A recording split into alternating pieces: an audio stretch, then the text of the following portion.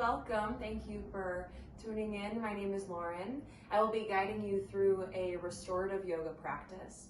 For this practice, you'll need a few things, mostly just pillows. So I've got 4 different pillows here. That is probably best if you have sort of smaller throw couch pillows, really of any size.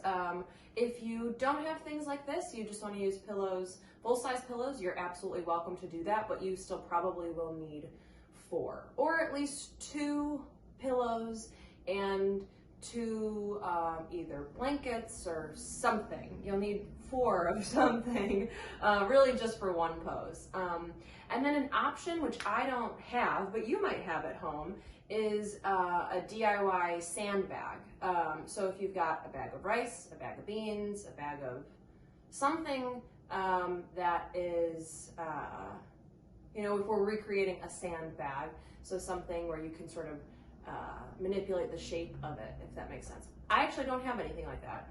I have cans of those things, which is not helpful, but if you've got a bag of rice, a bag of sand, again, something like that, and you want to use it as a sandbag in the twist, you can, but it's optional. I won't be doing that. And then I also am using a towel for under my head.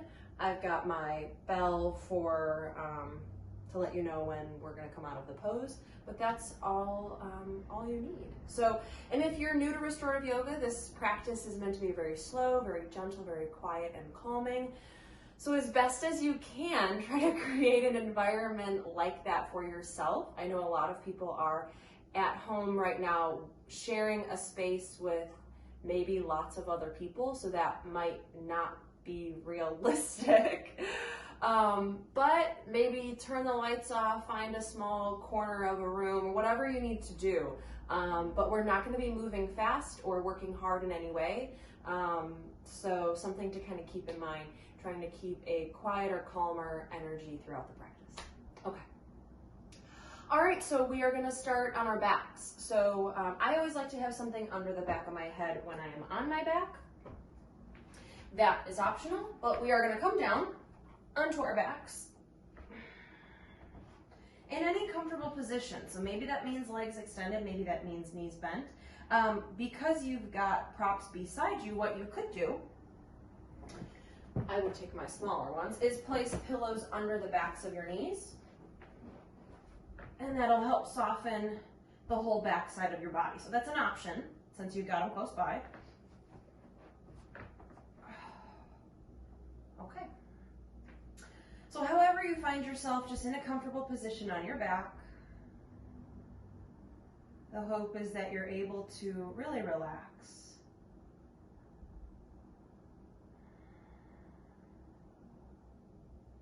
Let the back side just feel heavy.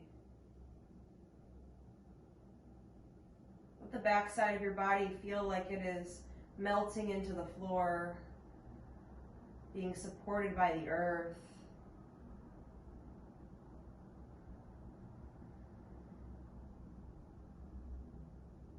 Recognizing that despite all the obstacles, you made it to your mat today. Despite what's going on around you in your home or in the world, you've made it. You've put forth the effort. You've prioritized your self-care, and you made it. So have a moment of gratitude for that.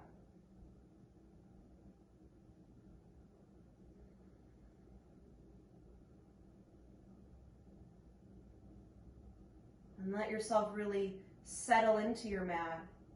You have made it, so really sink in.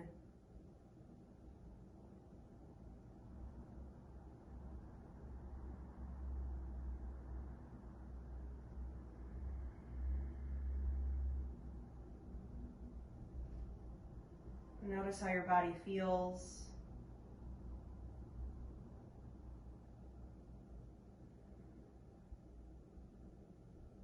Notice if there's an area, a body part that's maybe calling to you. Maybe it has an ache or a pain. Or maybe an area that typically feels an ache or a pain doesn't feel that same ache today. So just notice how you feel.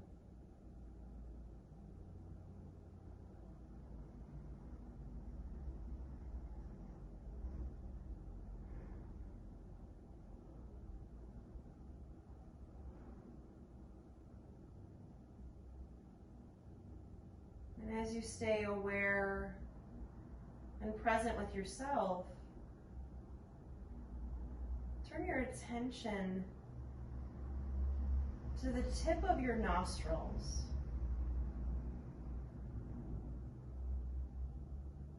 Notice this space where the air around you transforms into your breath. There's a difference between the air and oxygen and your breath, your prana, your life force.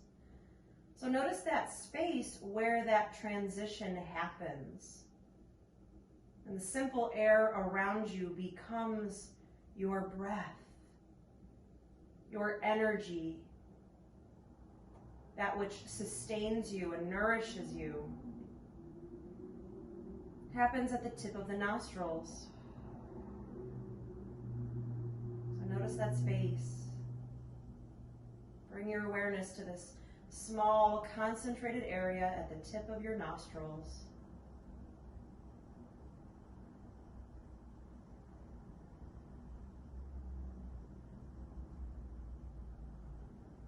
Notice specifically this space as you inhale.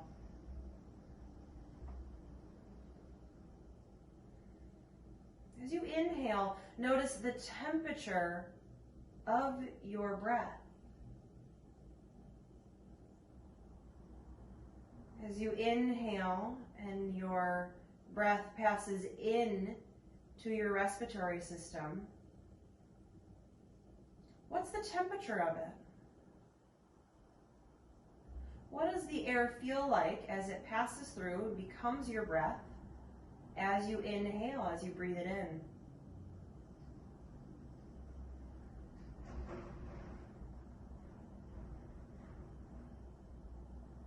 It might feel a little cool, might have a chill to it. Really notice the inhalation as the air passes into your body and becomes your breath. What does it feel like at the tip of the nostrils?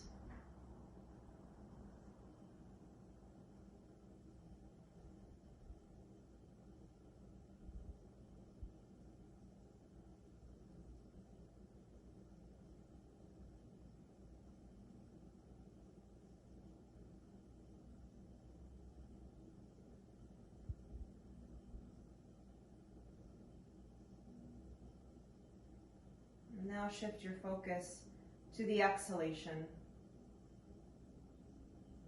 In the same space, what does it feel like as you exhale, as you breathe out? As your breath leaves your lungs, leaves your system, what does the breath transform into? What does it feel like as it leaves your body? Notice the feeling of your breath at the tip of your nostrils.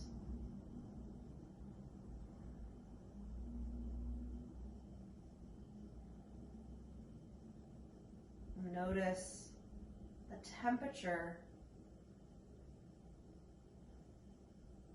Feels a little warmer, has a little heat to it.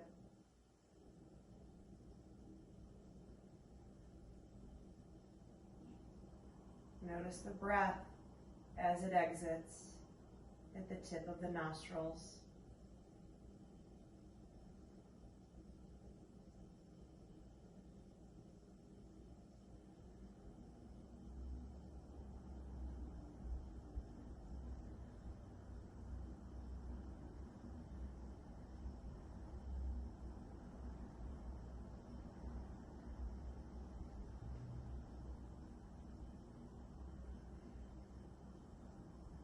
Now notice both parts of the breath.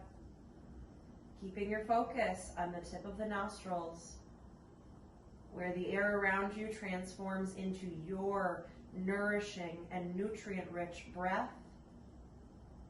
How does the breath feel at the tip of the nostrils as you inhale and as you exhale? Notice that feeling as you inhale and as you exhale. Keep your focus on this space for 3 more breaths.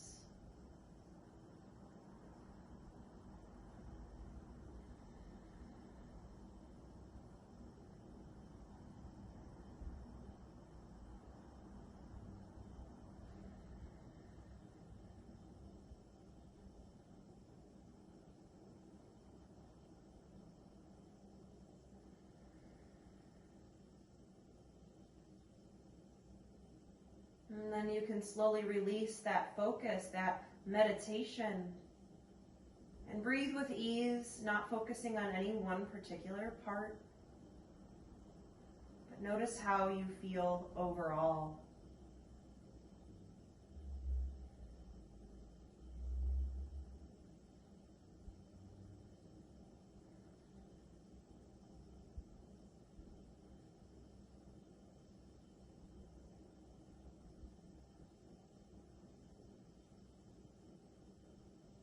Keeping your focus inside, present, and aware.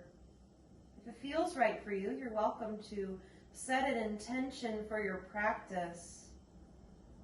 Ask yourself, what brought you to your mat?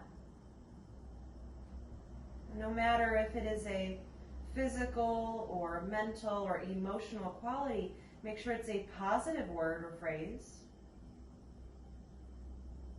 Give yourself a few moments to silently and slowly repeat that phrase to allow it to settle in your heart.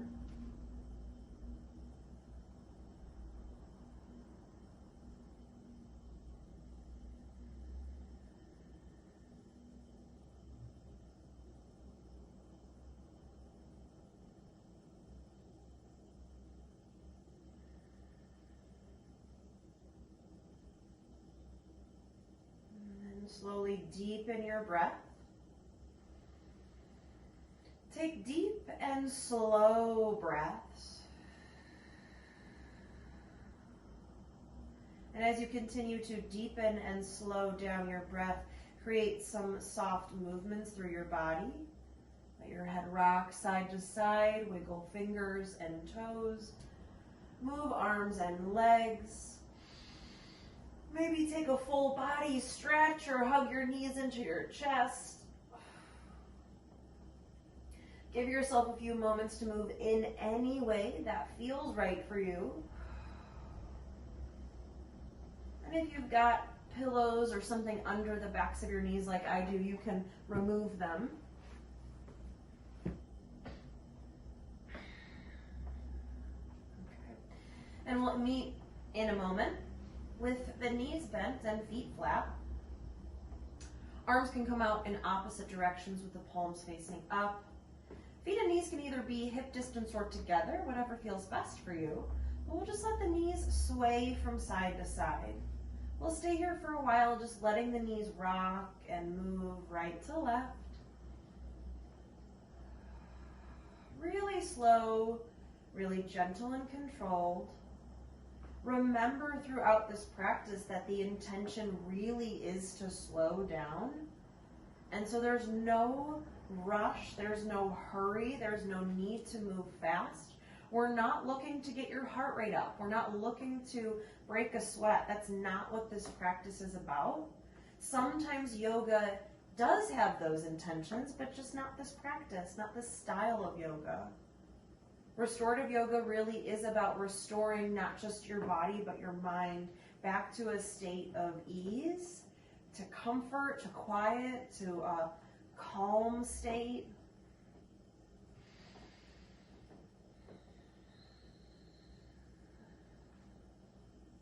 So let your legs go to each side a few more times, bringing Taking some soft movements into your spine.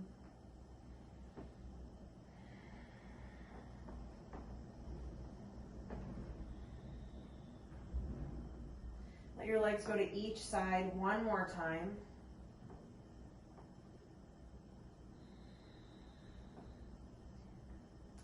And then we'll return back to the center. One of the poses that we'll be doing today focuses on your hips. So let's do a hip movement here.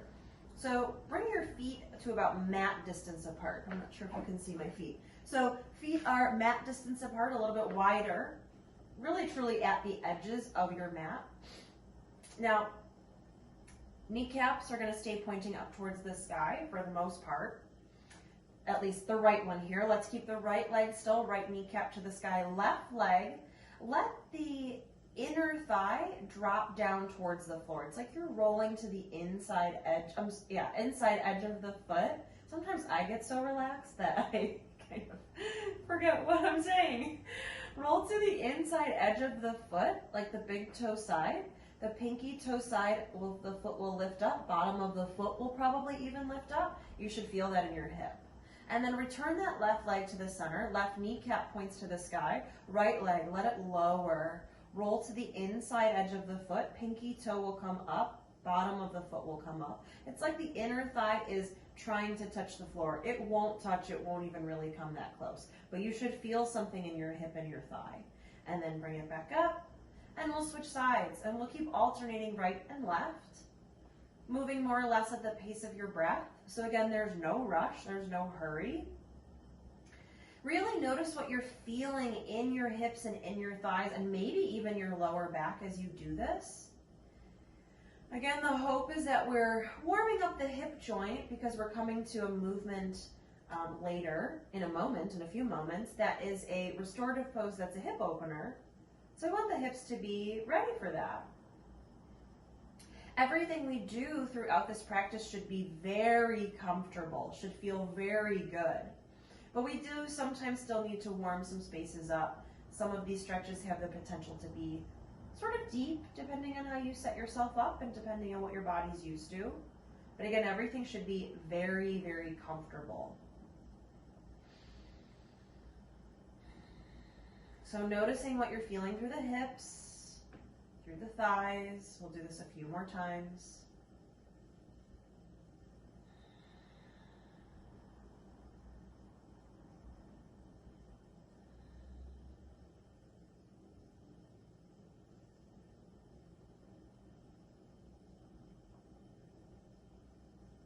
Do this one more time on each side.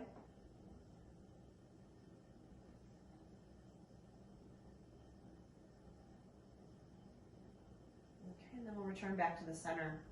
Take a deep breath in. As you breathe out, hug your knees in towards your chest. You can rock side to side or maybe point and flex your feet.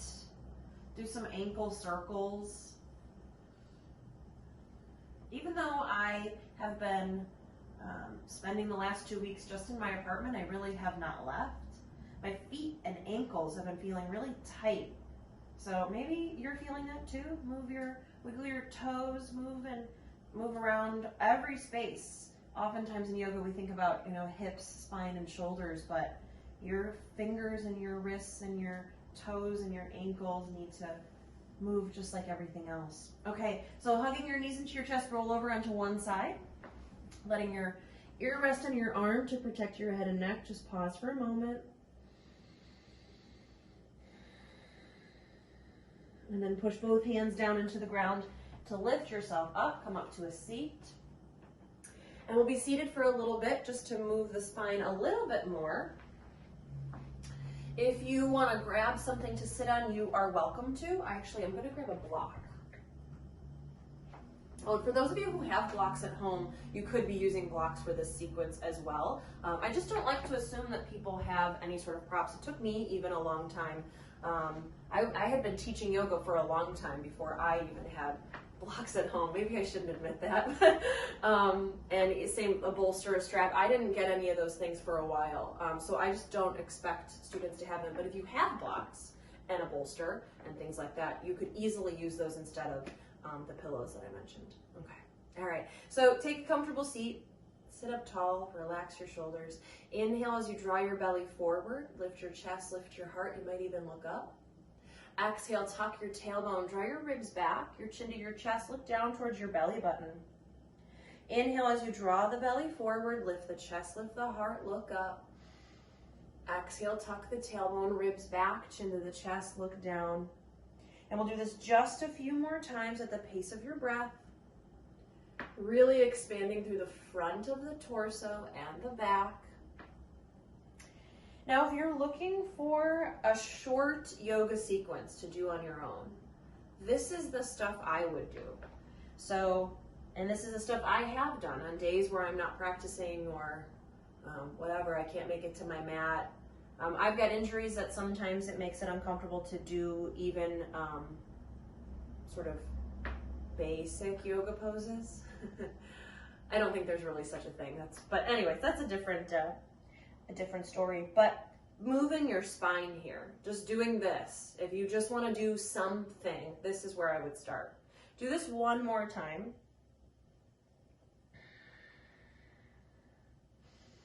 And then we'll return back to the center. And so we'll add on to that. Lengthen up through the crown of the head, let the shoulders relax. Inhale, circle the arms up. Exhale, bring the right hand down and sweep left fingertips over. Feel the stretch through the left side of your body. Inhale to the center. Exhale, switch sides. Left hand comes down, right fingertips reach. Feel the stretch through the right side. Move with your breath. Inhale and exhale. So these movements here that we're doing, we're moving the spine in all of its possible directions. There's still one more, but we'll get there. And again, this little sequence, it could take 3 minutes. You could make it last much longer, but if you're looking for something to do at home or once you're back at work, those sorts of things, these movements you could do seated in a chair. This is where I would start. So let's continue to lengthen. Let's do this one last side. And then we'll return back to the center. Inhale, lengthen up. Exhale, drop the arms as you turn and twist. Turn your heart over to the right. Inhale to the center. Lengthen up through the crown of the head. Exhale, drop the arms. Turn and twist to the left. Inhale, lengthen. Exhale, rotate. Now, when you come back to the center, continue to lengthen up through the crown of the head. I often see people lengthen up through the crown of the head, but confusing that with their forehead and they look up. That's okay, but I really want you to lengthen from the crown of your head, not necessarily the forehead. It's okay to look up, but sometimes then we lose the length in the neck by looking up. So keep thinking about the back of the crown of the head or the back of the head lengthening up. Okay, let's do this one more time each side.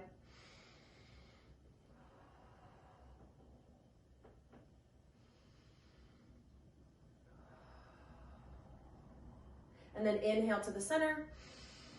Exhale, let the arms come down. Okay, and we will set up in our first restorative pose. So for this one, for those of you who do have more traditional yoga props, blocks and a bolster, you'll lay a bolster down on and you'll rest your torso on it, and you'll have the blocks under your thighs. But for the rest of us, with pillows, you're going to take 2 pillows, or this is where if you have just a regular full-size pillow from your bed, that would just go here. So we just want something longer. Again, we are recreating a bolster. But with a regular pillow, it depends. If you have like a king size pillow, that would probably work. But when I tried it with one of my pillows, when I laid down, don't do this yet, I just want you to watch for a second. When I laid down, my head, it looked something like this. And that's not what we want in the neck. So if that's the case, you gotta grab something else. Ball up a sweatshirt, a blanket, a whatever, a towel. But we want the spine to be long, and when you are looking up, you're looking straight up at the ceiling, not at the wall behind you. Okay. All right, so that's what we want there. We want something long, so our whole torso is supported. You're gonna come pretty close to it. We're going to come to butterfly pose, Baddha Konasana. So bottoms of the feet together, legs out wide. Your legs make the shape of a diamond. This is where if you've got blocks, you could just use blocks or balled up blankets, towels, sweatshirts, whatever. This one really, it's not that picky, I guess. You're going to just support the outsides of your legs. So you might support sort of under the knee. It might come a little bit closer to the thigh. But we just want some part of the leg resting on something. Again, if it's a block, a blanket, a towel, it's not really, it's not that serious. It's just a yoga pose. So just supporting the legs so that they can really sink into as we stay here. So in all these poses, we'll be here for about 5 to 6 minutes. And the longer we stay, the more our muscles relax. The more our muscles relax, the more gravity pulls us down. But we need to be supported. We don't want to be pulled down past our joints range of motion or past where our joint is comfortable being.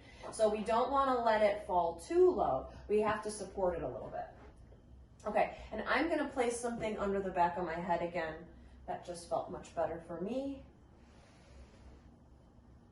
Okay, I have to grab my watch. I forgot it. I wouldn't know 5 minutes without a clock. Okay. All right.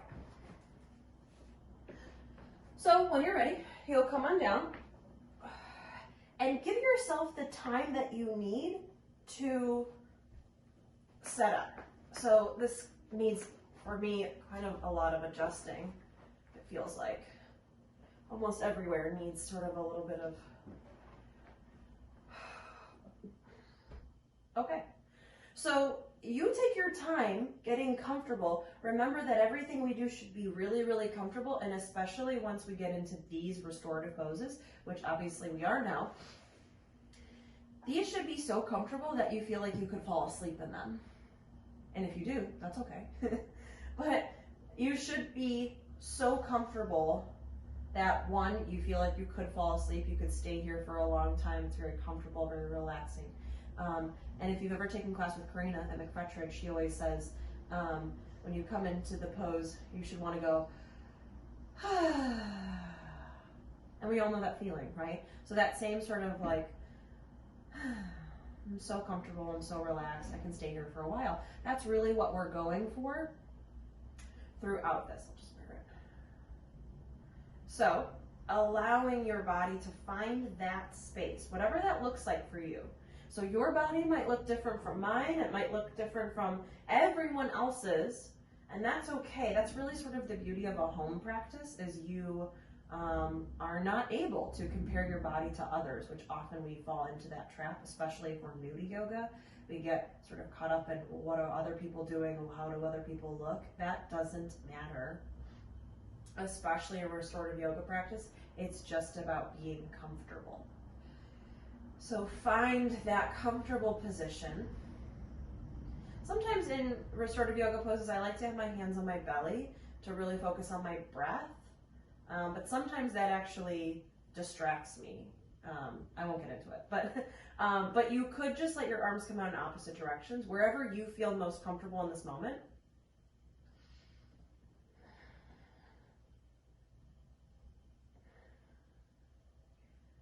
And then you let your eyelids feel heavy so they softly close.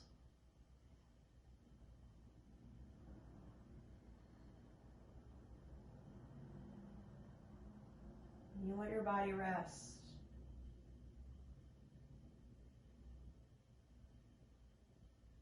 Your body does so much for you.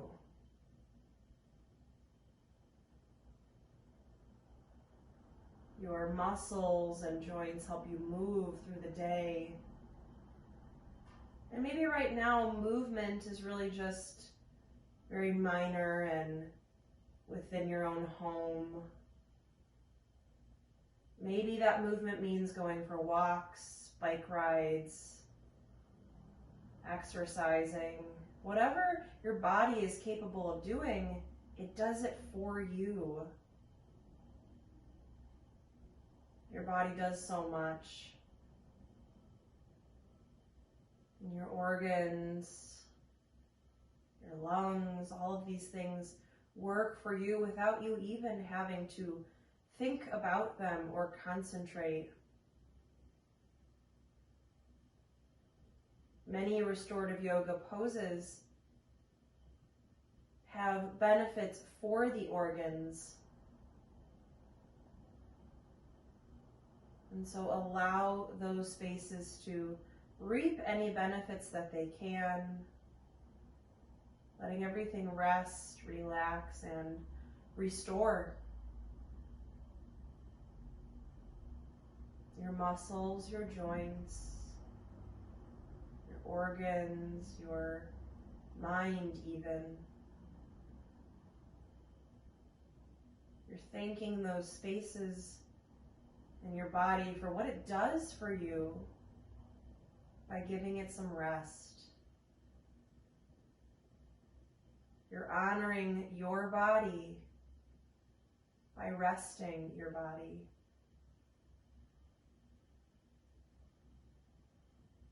So let your body rest. Let your body soften.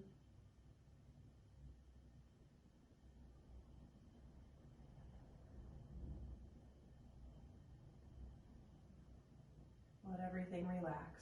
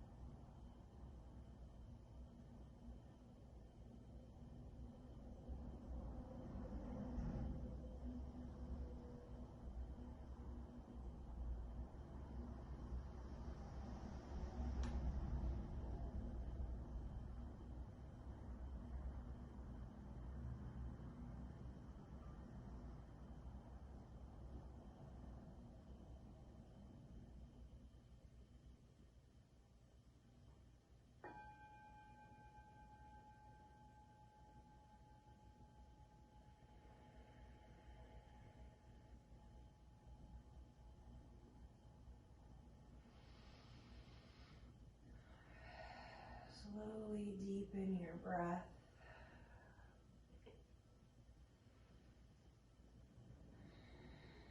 And bring soft movements into your body. Maybe let your head rock from side to side. Wiggle your fingers and toes. Move wrists and arms.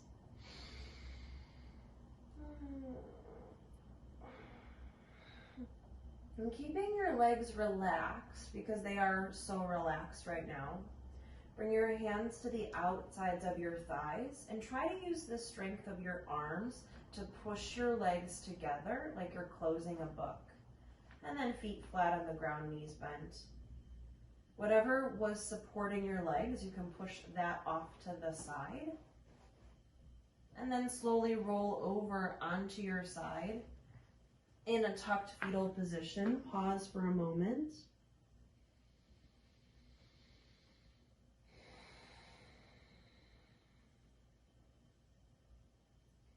Push your hands into the ground, lift yourself up to a comfortable seat.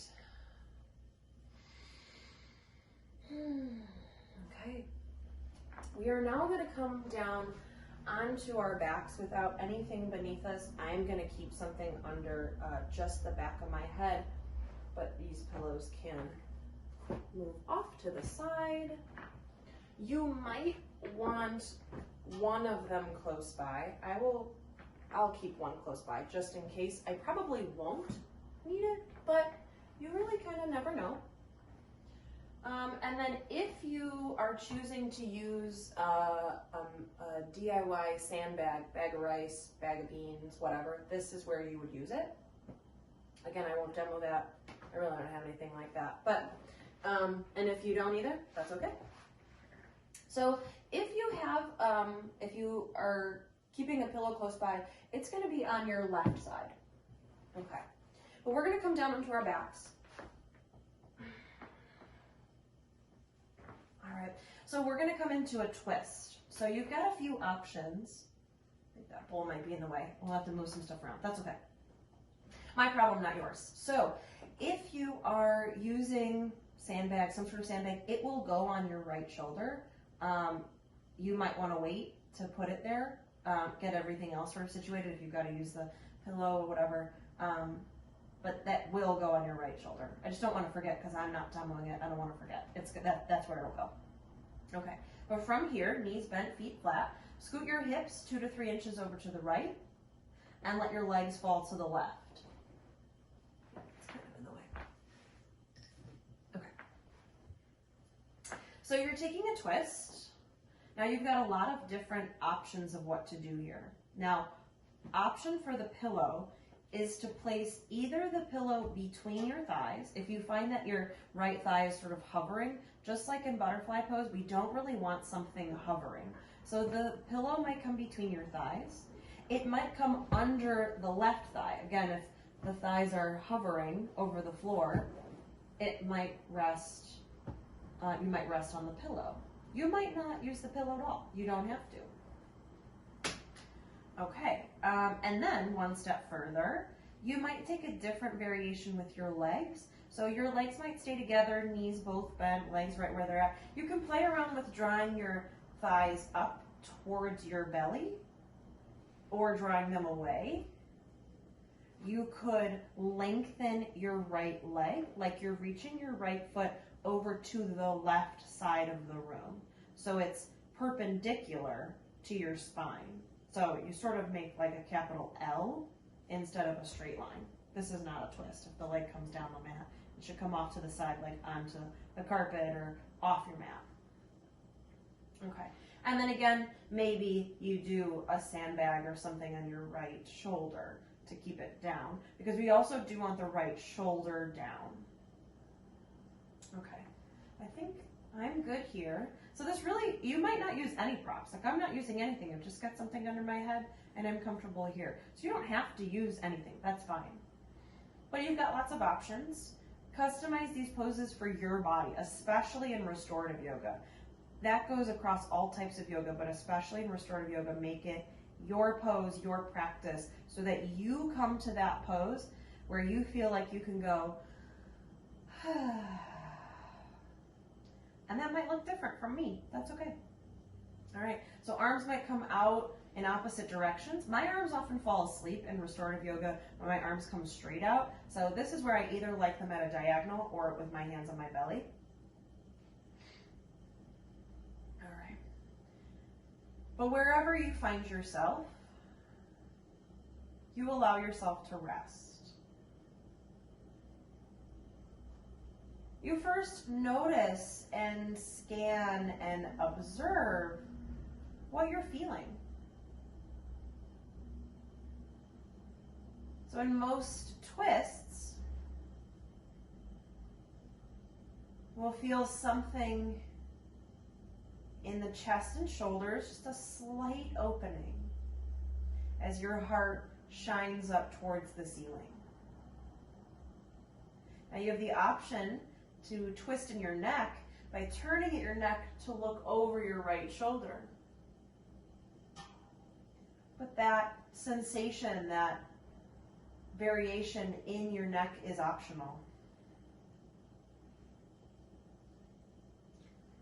And you'll feel something through your spine, maybe through your side muscles, maybe the obliques or the lats as you're twisting.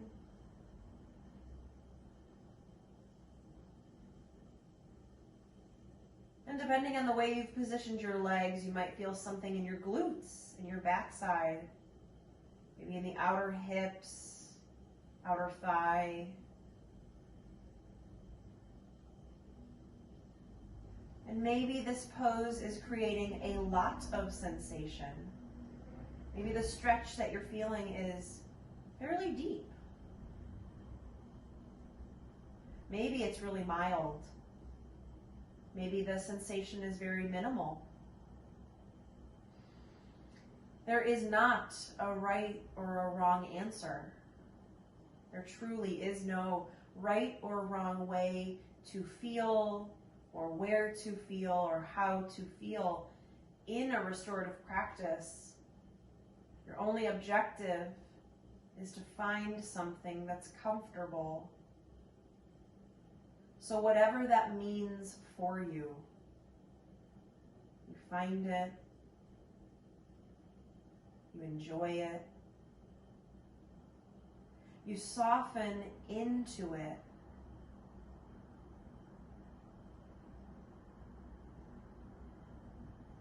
Let yourself enjoy the stretch, the quiet, the stillness.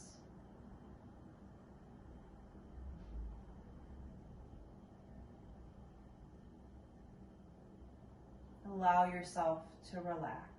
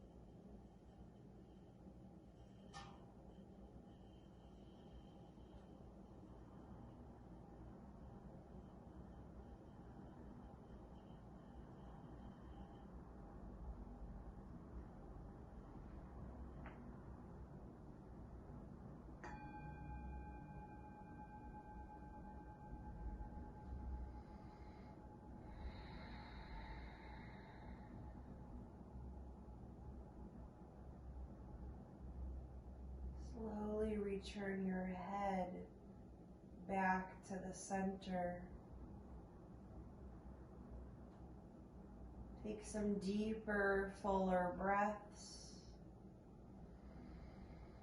And if you had something resting on your right shoulder, you can remove it.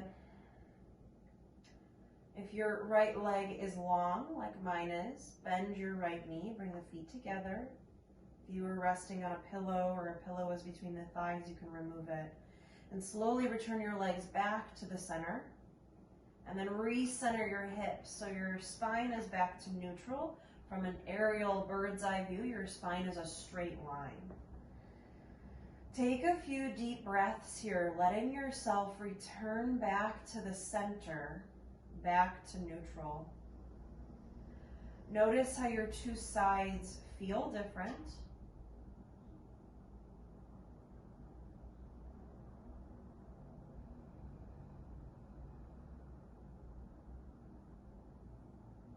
Take another deep breath here.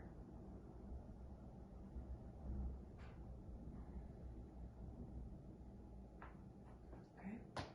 We'll come into the second side. So again, if you choose to use a pillow, it will now be on your right. If you are using some sort of sandbag, that will be on your left. Okay. So from the center, scoot your hips 2 to 3 inches to the left. Let your legs both fall to the right. Now for me, I often find that I still need to scoot my hips over. Okay. And then you can play with drawing the knees in, drawing them away, supporting the right thigh on a pillow, supporting the inner left thigh on a pillow, so the pillow between the thighs. You can keep the knees bent. You can lengthen your left leg. And I should have said this on the first side, so I apologize. But if you lengthen the top leg, that foot can't just float. I'm sure you probably can't see my foot, but my left leg is like floating. So when a body part is floating up off the ground like that in a restorative yoga pose, your joints are now very vulnerable, again, to gravity's pull. Gravity will always win. So it's a losing battle for your joints. So you've got to support the left foot if you choose to extend it with a pillow. For me, instead of keeping my thighs together, I draw my left thigh a little bit closer to my belly, and then my left foot can touch the ground. So whatever you've got to do, but that left leg, whether it's resting on the right thigh or resting on a pillow or the floor, it should be supported somehow. Okay. And then same thing, left shoulder should be down and supported somehow. Maybe you put weight on it, whatever you need to do. You place your arms wherever you'd like. You might turn at your neck to look over your left shoulder, or you might keep your neck in neutral. Okay. Give yourself a few moments to adjust, wiggle, fidget, do whatever you need to do to find that position that feels really comfortable. Now, it should be really comfortable, just like the first side, but something to remember with asymmetrical poses is that they will feel different. Your right and your left are different. They will feel different. They will experience different things. And so this side might be more or less intense, and that's okay, as long as you end up in a comfortable position.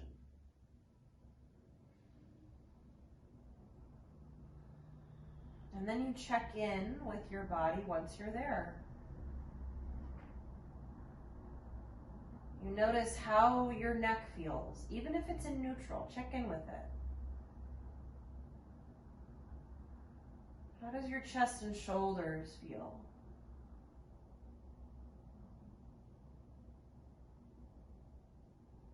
How does your spine and all the muscles surrounding your spine and your torso feel?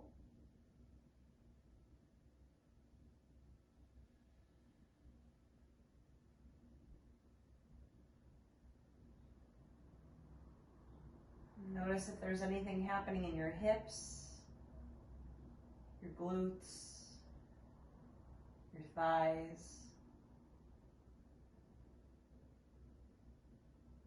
Notice these sensations in your body the feeling of a stretch or a lengthening. Really sit with them. Notice what happens when you take on this shape.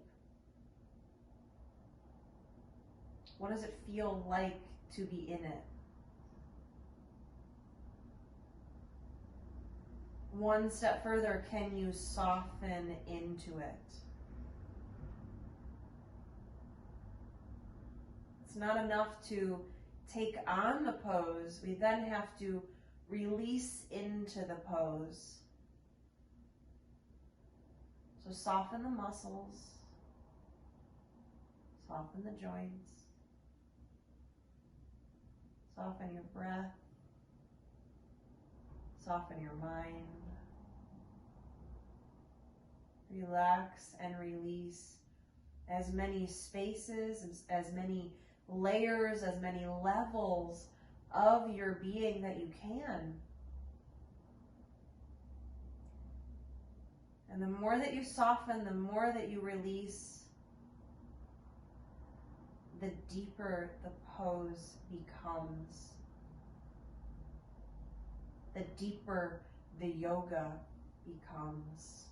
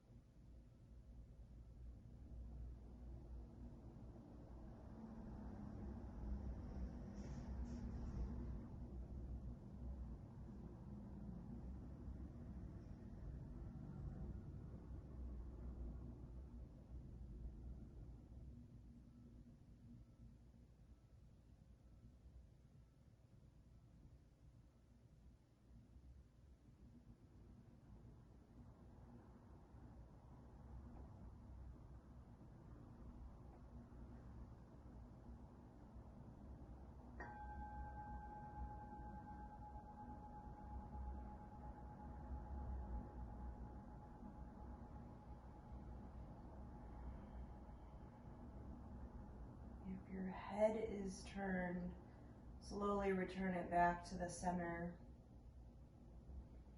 And deepen your breath.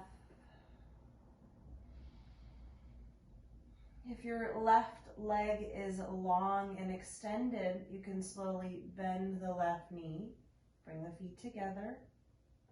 You can remove any pillow that you were using by the legs, any sandbag you were using by the shoulder. And very slowly return everything back to the center, kneecaps to the sky, recenter the hips. So again, from a bird's eye view, your spine is a straight line. Take a few moments with your spine in neutral. Notice how you feel, again, the two sides of the body. Notice how that pose affected you.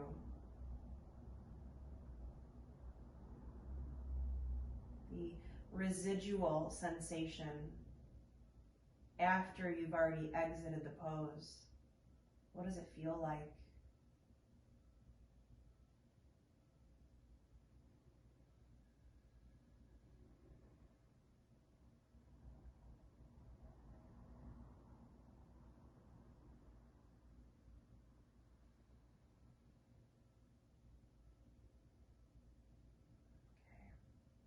And then slowly roll over onto your side, onto either side, in a tucked fetal position, resting ear on the arm. Pause for a moment.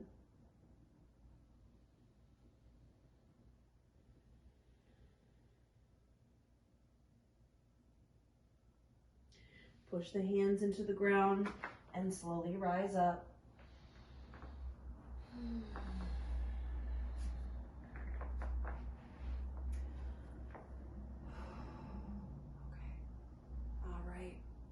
We are going to come into one more pose before we come into Shavasana.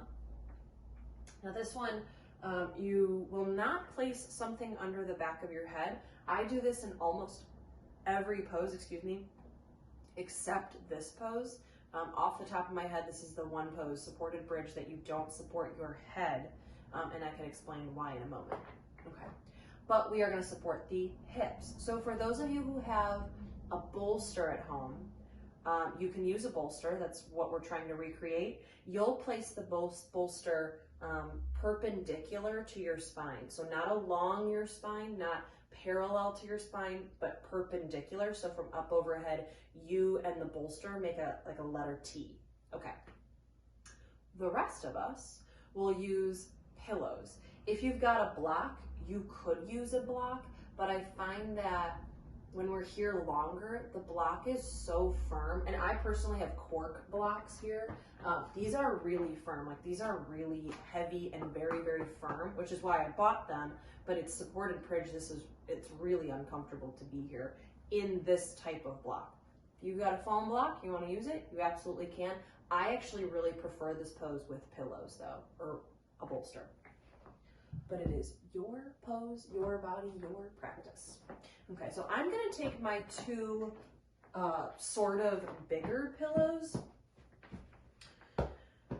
and I'm gonna support myself with this. So typically, if you're using a bolster or a block, you will come into the pose on your back,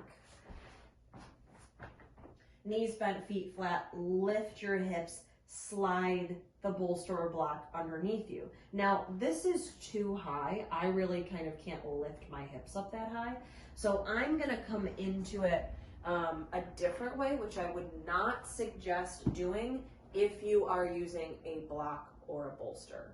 So there's two different ways to get in this depending on what prop you're using. If you're using a pillow like me, you're gonna get in it like me, but a block or a bolster, come into bridge, an active bridge, and slide the prop underneath, if that makes sense. Okay, but if you're doing it like me, you're gonna take a seat on the props. Okay, now I often see people do this with blocks, but I would not do that. I won't get into it, but I wouldn't do that. Okay, that's one of those things where I often see students do it. Midway through, I walk over, whoa, whoa, whoa, whoa, whoa, don't do that. So don't do that. It's hard because I can't see you, but I hope that you're listening. Okay, and then you'll start to lay down on your back. Now you might find that if you're doing two pillows like me, it might be too much, and you don't have to do two pillows. You could do one. 2 for me feels really good. This feels like a really good height. But we want the hips supported and our sacrum supported. Your sacrum is lower than your lower back. It is not the same as your lower back. Your lower back might be supported as well because the pillow is so much bigger than a block. Excuse me. If this was a block, it would just be your sacrum. Okay, so hips, sacrum supported. My lower back is supported, that's okay. But what's important is my shoulder blades are on the ground and my hips and sacrum are supported. That's the most important thing here. Okay, now the shape of your spine right now is sort of like I always think of it sort of like a water slide. I don't know if that helps, but we don't want to lift the head then, because then it's too like zigzaggy, swirly. It's too many up and down to lift the head up. So that's why the head's not on anything. From sort of the shoulder blades to the crown of the head, we want more level and a straight line. So we don't want to support the head here. Okay, you've got lots of options. Just like every other pose, we will stay for about 5 to 6 minutes. So you can have your knees bent, feet flat. I often find, because of my injuries and just because of where I'm weak and tight, my legs start to shake when I'm here too long. So I like to knock my knees in. That sometimes feels good. You also could, and especially if you're on a bolster or a pillow, it feels good to lengthen your legs along the mat, like you're in Shavasana, which is next, but with a prop under you. Now, I find that when I do this with a block, I really don't like it. It's too firm, it's too hard, it's too sharp on my lower back, even if it's a foam one. Most students really like it. I do not. Just the way it feels in my body. But I find that when I use a softer surface like this, yeah, this feels really good. So some version of a supported bridge is what I'm after for you. This one kind of took a lot of describing. I'm sorry if you're sick of me repeating this, but I want your hips and your sacrum lifted and supported. Maybe your lower back too if you're on something soft and squishy. But your shoulder blades and the back of your head heavy on the floor. Legs do what they want, what you want them to do. Arms can come alongside the body, out in opposite directions. My arms, something about my arms, they're really falling asleep a lot today. So I'm going to position my hands on my belly, but okay. And then you rest. So notice what it is that you're feeling. There are a lot of different variations that you could potentially be in. But at the very least, you're in a back bend. Again, if it helps, if this is a helpful visualization, your spine, your body sort of look like a water slide. So there's a little bit of a level part at the top, and then it sort of swoops down, and then it's level at the bottom. So it's this shape in your spine that is a back bend. It's not probably as deep or as intense as maybe some other back bends you've experienced, but it is still present. And back bends are very beneficial for us for many reasons. One of the biggest is that we tend to do the opposite of this throughout the day. We hunch forward, we slouch, we let the chin come into the chest and the shoulders draw into the heart. We end up collapsing the front of the body when we sit, when we're on a computer, when we're driving. If you sleep in a tucked fetal position, all of those things allow the front side of the body to shorten. But here it lengthens. Here it can grow tall, long, and create space. So So notice what it feels like to have that space. To be able to really breathe into your belly. To expand through the belly, through the ribs, through the chest, maybe even the fronts of the hips. Notice what it feels like to expand the front side.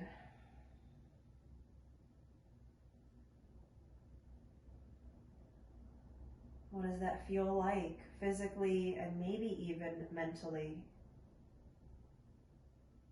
To take up space,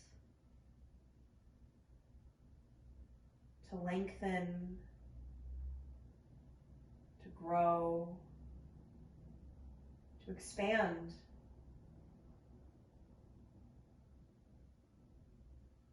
Allow yourself all of those qualities, those expansive qualities.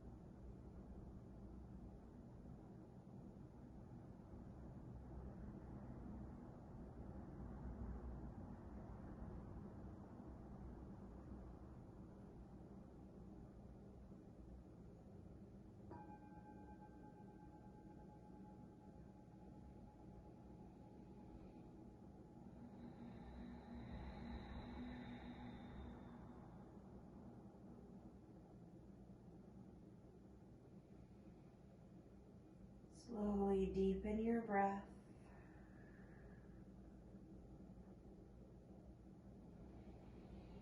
And you can bring some movement into your fingers, your wrists, and your arms. And if your legs are extended, one leg at a time, and really think about using your leg and even ab muscles if possible. Draw one leg in at a time. Bring the foot flat onto the floor. And then do the same with the other. So we'll all meet with the knees bent and the feet flat, and we'll pause for a few moments.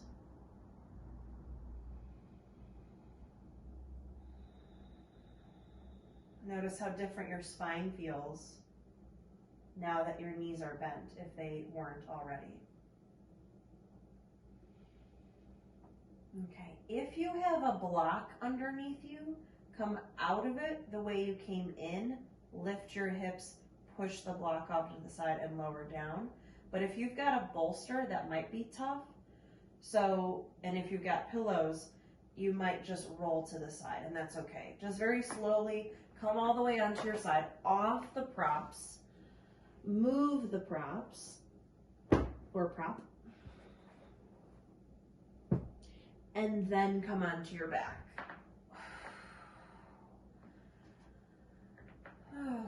And just notice again how your spine feels. So you were in a back bend for a while, and a back bend is again the opposite of the movement you do most of the day.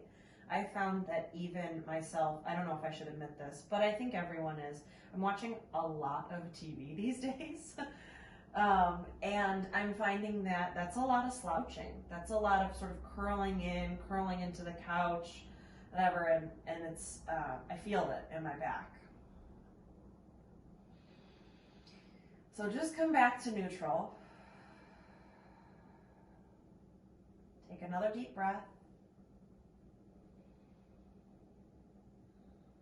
And then allow yourself to move in any way you'd like. You might hug your knees into your chest. You might let your knees sway. Take a full body stretch. My neck feels like it needs some movement, so I'm going to let my head rock side to side.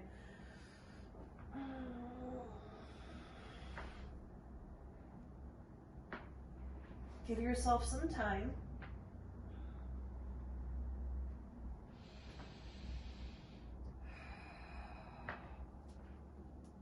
And then whenever you're ready, we'll come into Shavasana. So Shavasana is our final resting pose.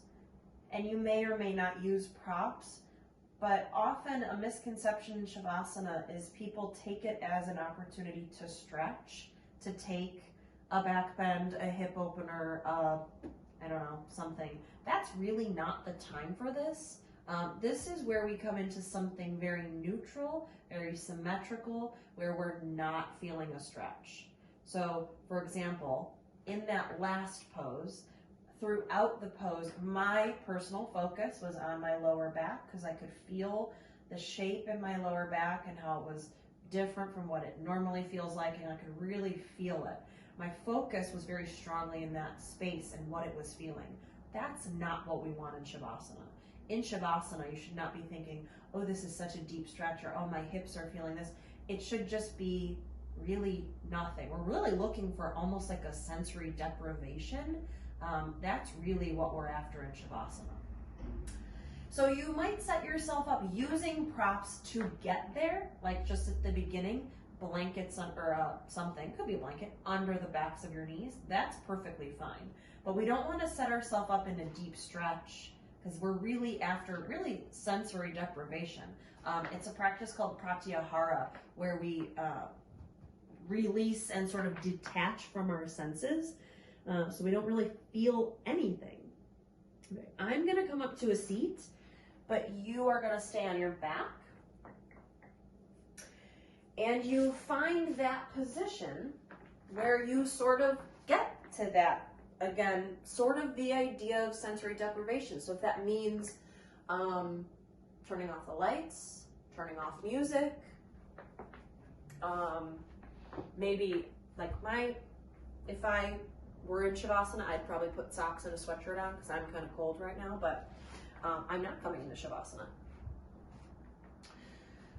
But you find your pose, whatever that looks like, feels like,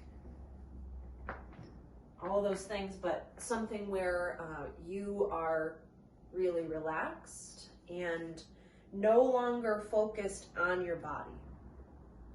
That was the focus the last hour plus, I think. But now, to really make this a true, deep yoga practice, it has to be more than just about your body. If we just focus on your body, that's fitness, that's aerobics, that's a workout class, that's not what this is. So we need to now separate and focus on something deeper, something more grand. And so we turn the attention inward.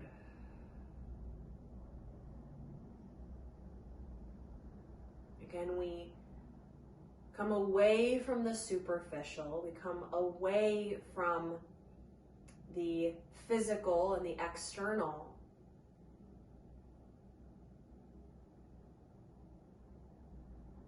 You allow your eyes to slowly close, your breath to be at ease. Your body rests on the floor.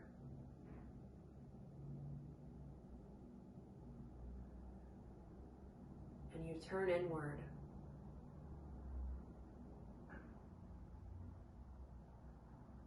You shift the focus to the internal, to the abstract.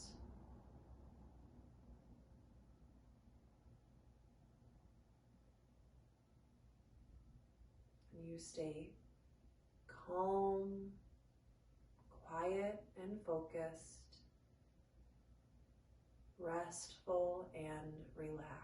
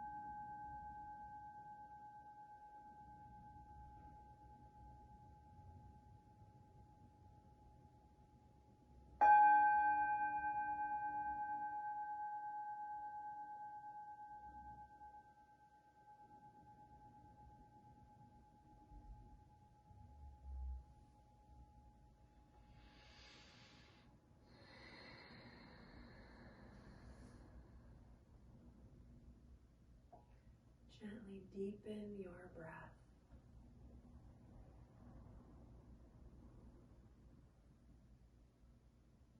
And as you deepen your breath, imagine that these breaths, these nourishing breaths, fill your whole body.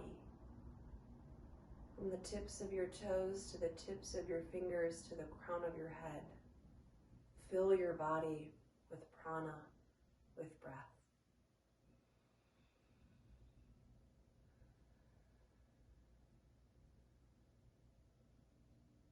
And then create soft, small movements throughout those spaces. Let your head rock side to side. Run your thumbs over the rest of your fingers as you wiggle your toes. Roll your wrists and ankles. Move your arms and legs.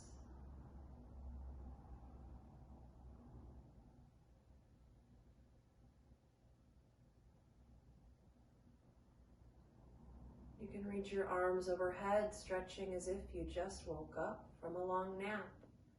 Fingertips and toes in opposite directions.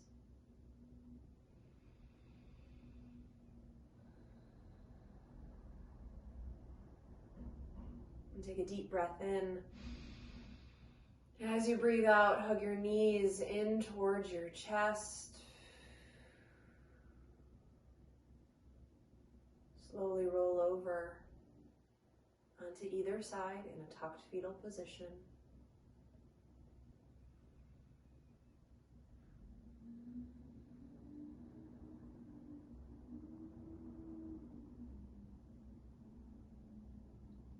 Keeping your eyes closed and using the strength of both arms, push down into the ground, come up to a comfortable seat.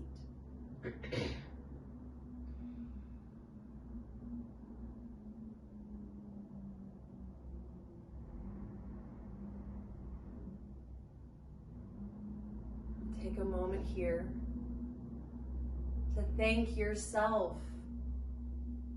A moment for gratitude that you made it to your mat today, despite the obstacles in your way and the chaos around you.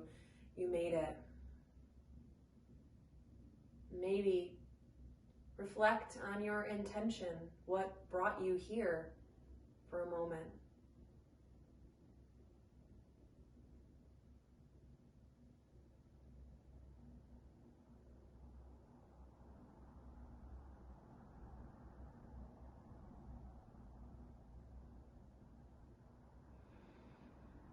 Loka samasta sukhi no bhavantu. May all beings everywhere be happy and free. And may the thoughts, words, and actions of my life contribute in some way to the happiness and freedom for all.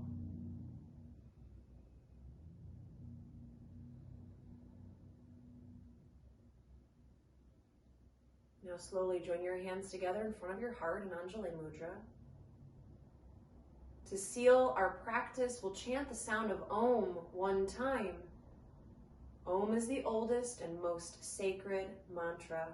It's said to be the first sound that ever existed. So it exists in all living things and therefore unites us all together. Again, we'll chant the sound of Om one time. Let's start with a deep and clearing breath.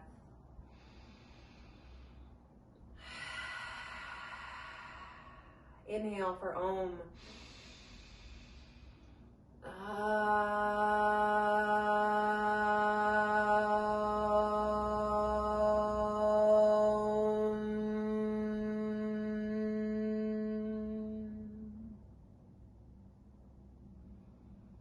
The light or the good in me acknowledges, respects, and bows to the light or the good in you.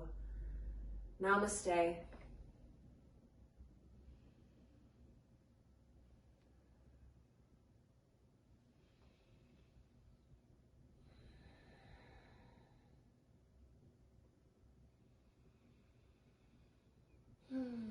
Thank you. Thank you so much for joining me. I hope you were able to find a few moments of peace and quiet and serenity within your day.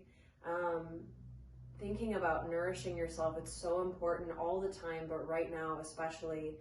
Judith Lassiter, who a lot of you know I love, she did a live webinar the other day, and she said trying to care for others and care for the world without caring for yourself is like trying to breathe but only exhaling.